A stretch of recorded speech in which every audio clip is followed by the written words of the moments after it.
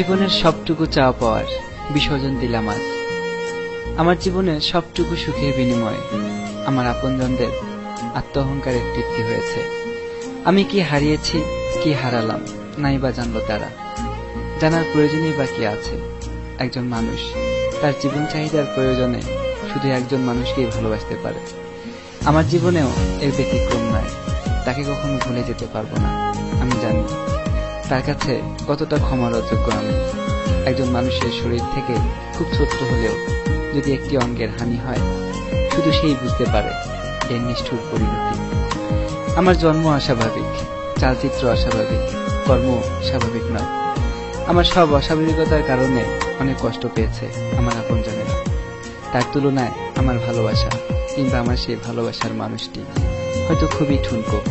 ওদের বোঝাতে পারলাম না এই ঠুনকো ভালোবাসাটুকু হারিয়ে আমার সমস্ত শরীরটাকে কতটা বিকলঙ্গ করেছি আমি কারো জীবনেই সুখের হতে পারলাম না। জন্মেছি কষ্ট দিয়ে, মৃত্যুটা এর কতটুকু ব্যতিক্রম হবে আমি জানি না।